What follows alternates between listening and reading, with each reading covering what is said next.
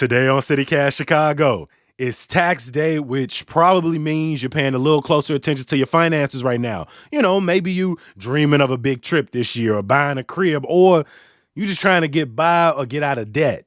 We talked to a personal finance expert about some budget basics, and the CityCast team examines our own financial habits. It's Tuesday, April 18th. I'm Jacoby Cochran, and this is what Chicago's talking about.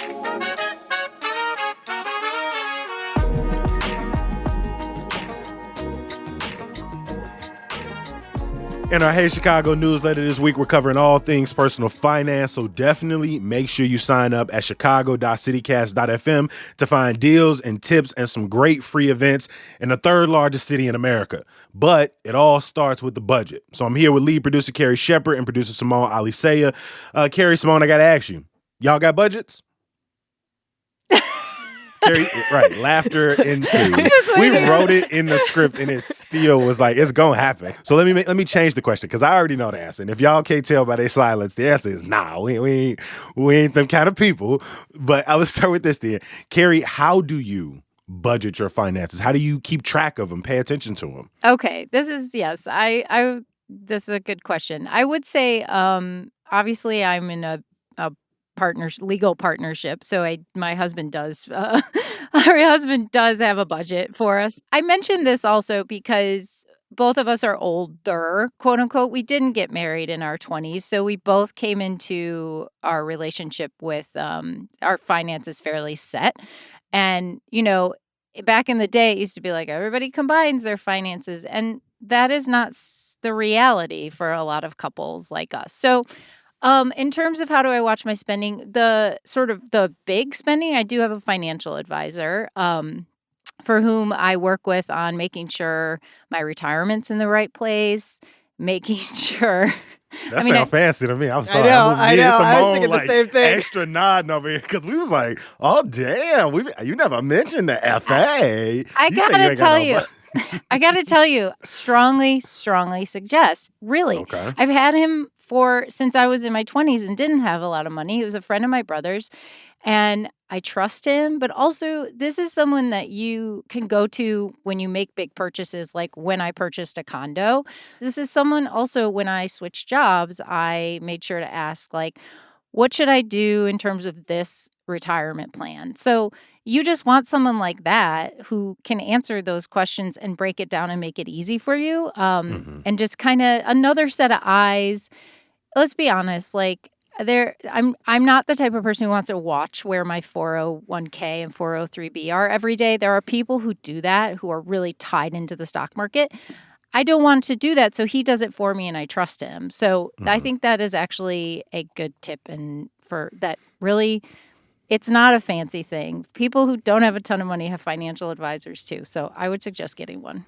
No, that's a very good point. And Simone, I kind of have a slightly different question, because you've just sort of come back to Chicago in the last couple of years. But the last time you were here, you know, you were in school, and then you were sort of in your first job out of school. You know, coming back to the city, did you come back with a thought of, all right, I'm going to be more fiscally responsible, I'm going to budget now, I'm making more money now that I come back to the city? Or were you already kind of in a groove and you've just continued that since you've been back in terms of personal budgeting? I think that's a really astute observation, because I would say, like, I'm kind of right on that cusp, right? I am now out of that, like, you know, young 20s, just trying to, like, stay out of debt, just trying to pay my rent, just trying to, like, get up in my job. And now I'm at a point now in my career where it's like, okay, I've got a stable job. I now have 2 401ks that I've not merged in any way from switching jobs. Haven't figured that out yet. Financial advisor can help you. Truly, like I need to, like, I have now, like, built up some savings, but I don't really have, like, a financial goal in mind. And so I'm, like, right on that cusp of, like, I'm now making enough money that, like, I should really start thinking about what to do with it other than just, like, getting by and saving. And, like, I've paid off a few debts that were really big, that have now come down quite a lot. So it's like I'm very much in this, like, in-between space financially, I feel like. No, I relate to that a lot. Before the podcast, I was very much not only just check to check, it was very much job to job because I Well, was you were a doing a lot of university. freelance work too, Yeah, I was a right? university adjunct professor. And so that was like the most stable. And you're not making a lot of money. One class might get you $2,500 a semester. Mm. And outside of that, I'm hoping for voiceover work, hoping for some storytelling gigs to pay something. And so I was in a very precarious situation where it was just sort of long as my bills are paid, long as I can eat. But I felt like my situation sort of kept me budgeted. So I didn't like overspend. I didn't Right, buy a right. bunch of excess things that I couldn't afford just because I couldn't. And so the last couple of years have probably been me just like breathing on the fact that like my situation isn't as sort of precarious. And so, I moved somewhere else. So my rent has gone up, right? Maybe I, probably buy way too much takeout and have eaten at some Yeah. nicer restaurants in the Yep. last couple of years. But I know, from the people I talk, like my mother, for example, she is extremely meticulous. Like my Yeah. mother still like bookkeeps the way my grandmother taught. So she writes a lot of her finances down, like personal, like by hand. Totally. She works with somebody to do her taxes. But the more and more I talk to those people like my mom, they do say there is a benefit to having some type of budgeting plan. And Carrie, I know you talk to someone who really this is their sort of work, helping people to manage their finances, helping people to create individualized, unique budgetings. So who did you talk to, and what was some of the things that they wanted to share in terms of how to get started in personal budgeting? I talked to Kimberly Palmer. She's a senior writer at NerdWallet. So here is one tip that she said. Well, the first thing to know about starting a budget is that you can just ballpark your figures. You don't have to be super specific or break out a calculator. And I think that takes out some of the stress. So basically, you want to start with a 50, 30, 20 approach. And that basically means you want 50% of your take-home pay going towards needs. And that's things like housing and food. You have 30% set aside for wants. And that's going out to eat, for example, or entertainment. And then you have the 20% for any debt payments like student loans and savings. So if you're in an expensive city like Chicago, for example, you might need to spend more of your take-home pay, a greater percentage on housing. And that's just because it's hard to avoid it when you're living in a high-cost area. And so putting all your needs together into that 50% bucket, it just gives you that flexibility. When y'all look at y'all landscape, I sort of look at things just like at the beginning of every month, I sort of calculate how much money is going to come in. And then I just sort of pull my calculator out and I just start subtracting. I got to pay for this. I got to pay for this. I got to pay for this. Yep. That's I gotta pay for this, I gotta budgeting. pay- All right, Good for you. That's budgeting. This is what I'm going to have left. I know, but then when I have the left, I just stop paying attention to that number. Yes, exactly. I'm like, all That right, is all of okay. the needs are taken care of. And then I'm just like, all right, that number will sit in there. When you think, do you think you're in a sort of 50, 30, 20 type of setup right now, Carrie? I would say that's about right. I think that at this point in my life, I have automatic payments set up and sort of have automated as much as I can to ensure that like all of that is kind of taken care of for me. So you always want to make sure, I want to make sure my mortgage is paid. I want to make sure that all the bills are paid, obviously. This is all taken out. Plus, all of my retirement and what I'm setting aside also automated from my paycheck. So it's kind of like I'm not really seeing it so much. feel that. But like I know that I'm not going to be coming up to the 6th of the month when you start getting late fees for your mortgage and be like, I don't have enough for the mortgage. Like that's got to go first. There's no eating out. There's no new dress.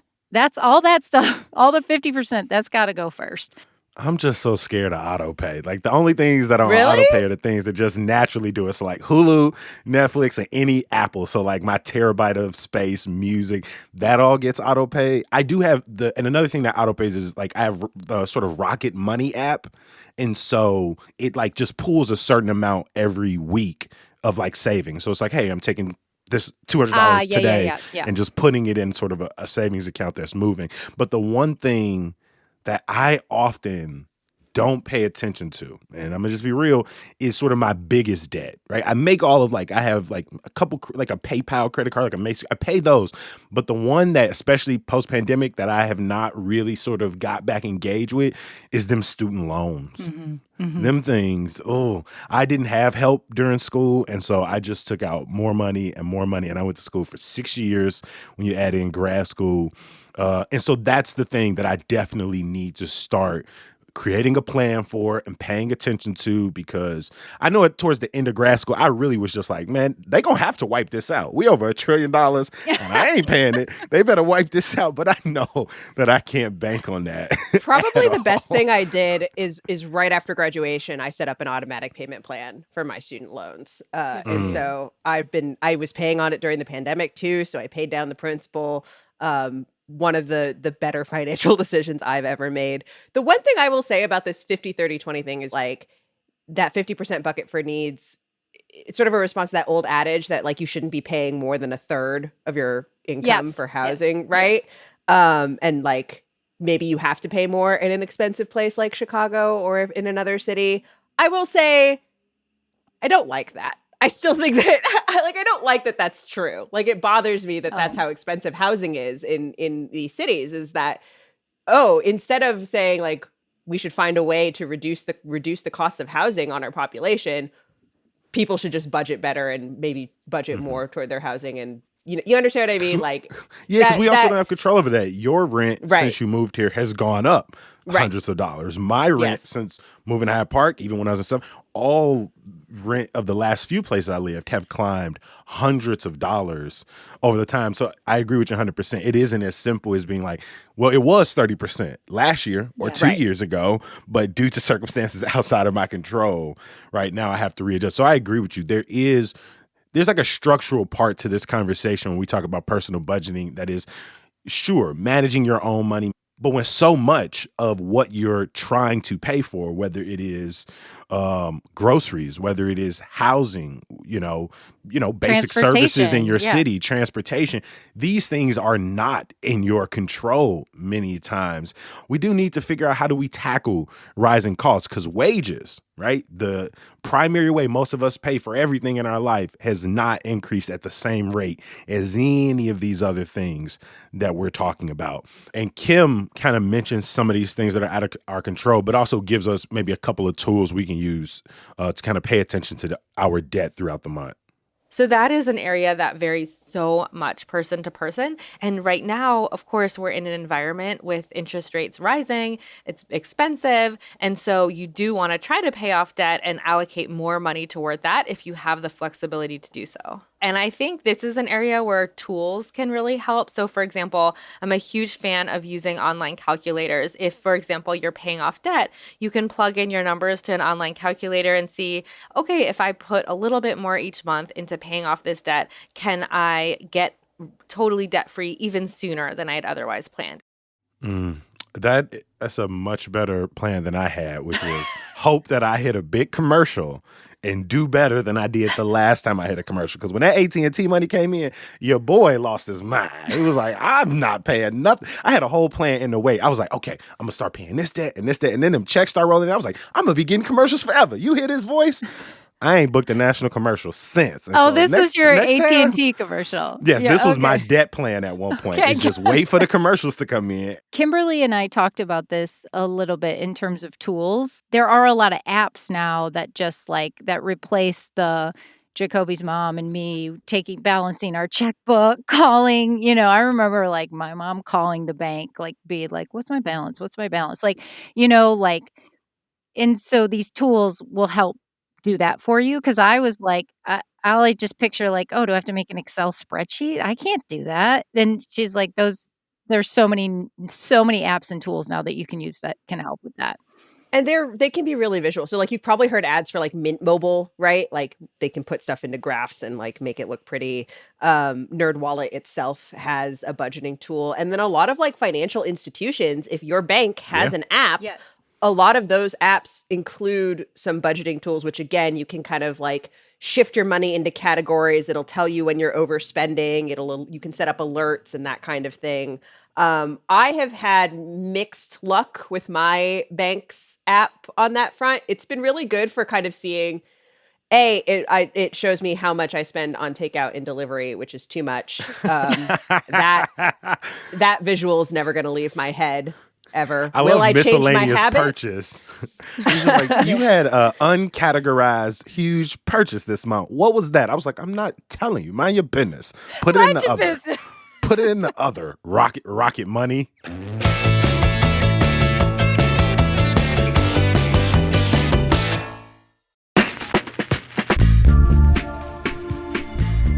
One thing about Chicago is we know and love celebrating dope art, whether it's huge museums, smaller galleries, or weekend festivals. I personally can't get enough. So I'm excited for the return of the Other Art Fair at Artifact Events in Ravenswood, April 27th through April 30th. That last day is my birthday, so if you're looking for a quick gift for your favorite podcast host, here you go. Seriously, it's going to be packed with original yet affordable works from over 100 creators, mixed with immersive installations, DJ sets, muralists, food trucks, drinks. You can explore new art and meet the artists. Forget them typical white-walled experiences you're used to. Here, the art is for everybody. General admission tickets start at $10. Get yours today by visiting toaf.com/citycast. You'll get more information, and if you use the code CityCast10, you'll get 10% off your tickets. That's toaf.com/citycast.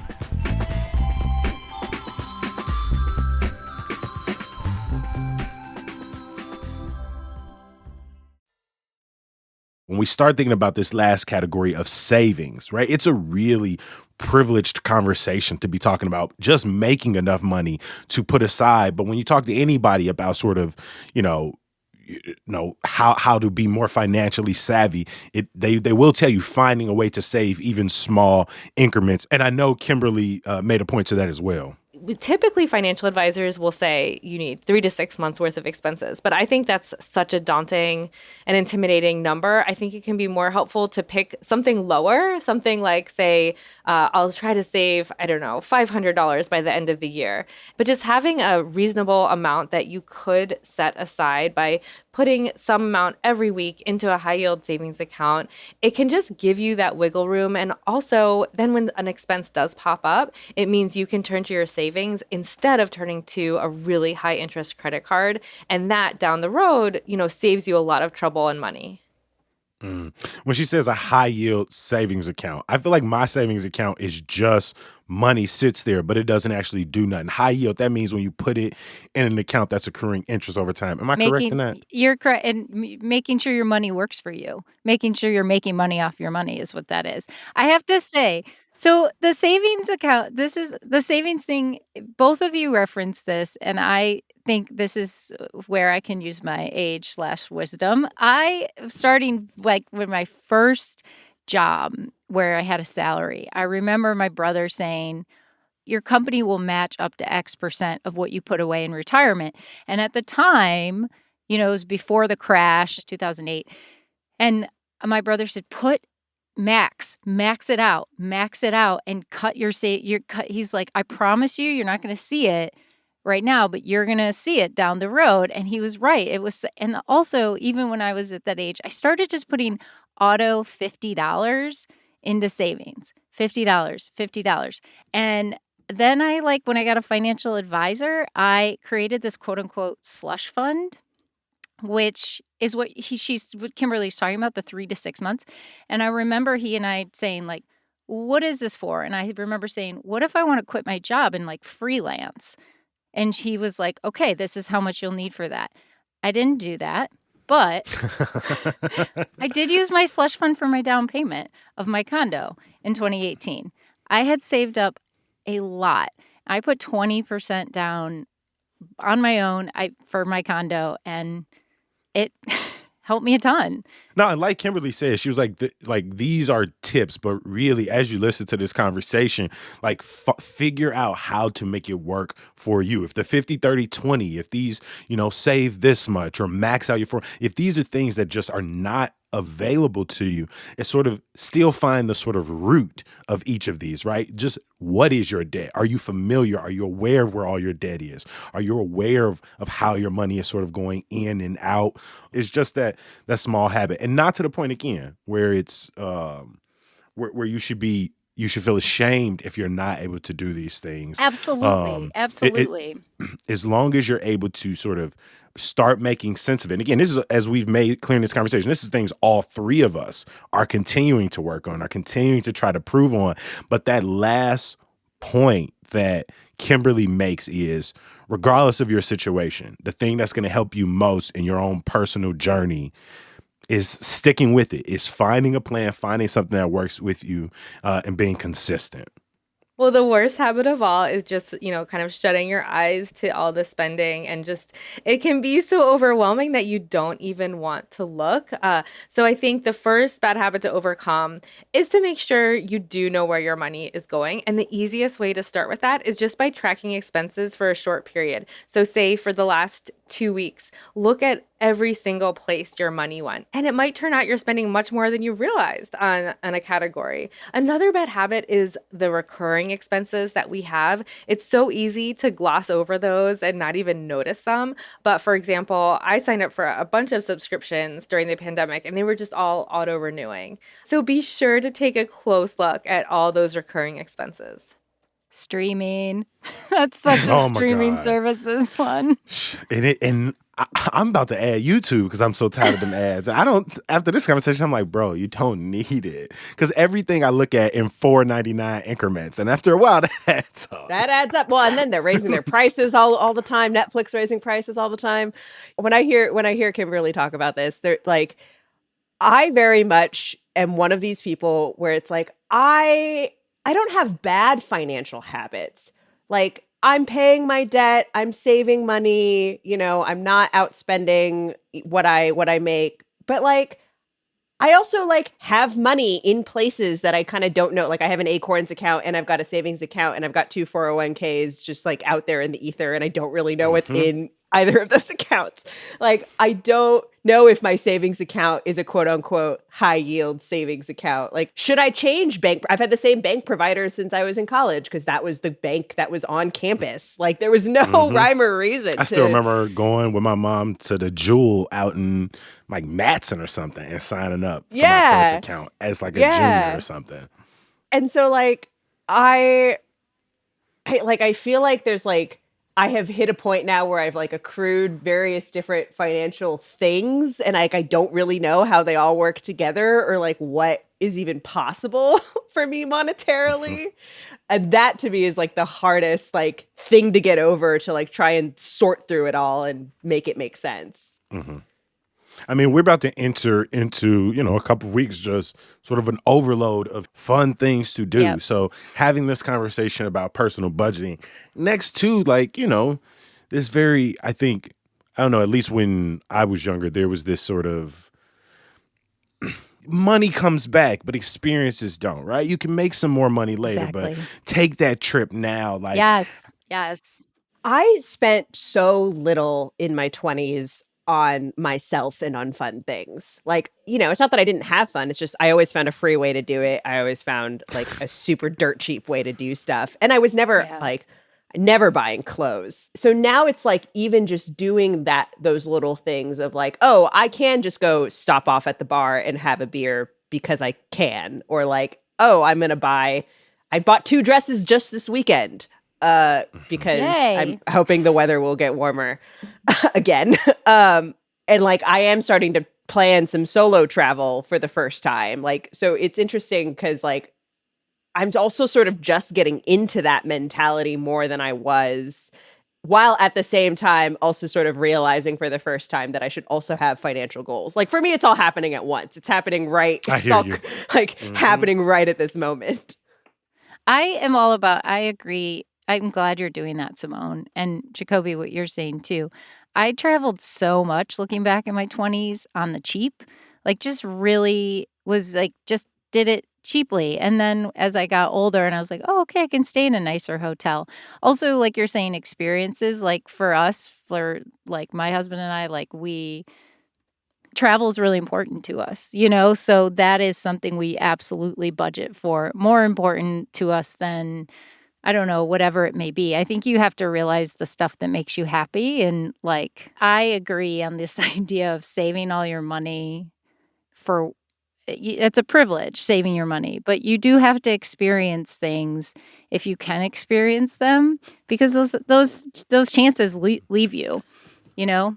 Yeah. And then one last tip, I think something again that's very personal to me that I think probably a lot of people relate to is if you didn't grow up in households where you learned sort of financial literacy, where you learned how to save, it at least for me, it has felt sometimes very overwhelming to start that process. But with these tips, even just from this conversation, sort of taking that process on little by little, sort of similar to like maybe those workout goals we set every January, right? When the new year pops up, it's like, Yeah. as you listen to these TikTok gurus, the YouTube, the online people telling you it's got to be 50, 30, 20, just remind yourself you can ease your way into it. You can set small financial goals that sort of balloon over time as your situation changes. But you're not alone. We're going to be talking about personal budgeting moving forward in our daily newsletter. Make sure you subscribe to Hey Chicago at chicago.citycast.fm. And we're going to take some of the ideas, some of the thoughts, some of the inspiration from this week. We're actually going to put it to work, because tomorrow, meet us back here at CityCast Chicago, because the team is going to show you that you can enjoy Chicago keeping money in mind, especially with so much available for you to do as the weather breaks. So join us tomorrow as we continue this conversation. Lead producer Carrie Shepard, producer Simone Alisea. I appreciate y'all making time today. Thank you. Same. Thank you.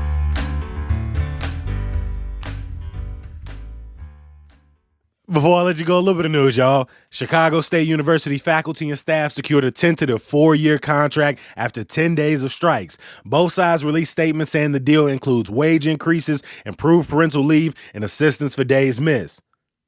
The city continues to expand access to Narcan, the opioid overdose treatment. The CTA announced a free Narcan vending machine pilot at the 95th Street Red Line. Recently, the FDA approved the medication to be sold over the counter. As Poetry Month continues, there are only a few seats left for the Chicago Public Library's online haiku workshop tomorrow evening. You learn what they are, how to best write a haiku. I'll drop the Zoom link. Yeah, go and listen to that again. You see what I did there. And some good news to get you through. You ever wonder what makes somebody a master gardener? Well, you can find out tomorrow by volunteering with Gregory Bratton, who has helped start close to 100 community gardens in Chicago. The South Side will be working on 2 nearest home from 10 a.m. to 4 p.m. Shout out to my friends over at Block Club for putting me on. As always, I appreciate you for listening. Subscribe to our daily newsletter, Hey Chicago, at chicago.citycast.fm. Not only do we got personal budgeting tips, but we got great tax day deals and flight tips from Scotch Cheap Flights today. I'm going to talk to you bright and early tomorrow. Peace.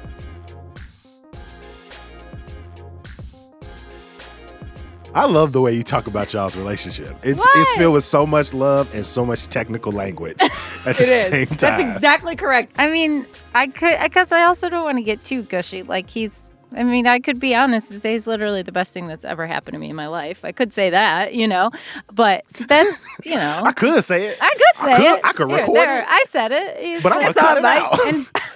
And he knows it. He knows it.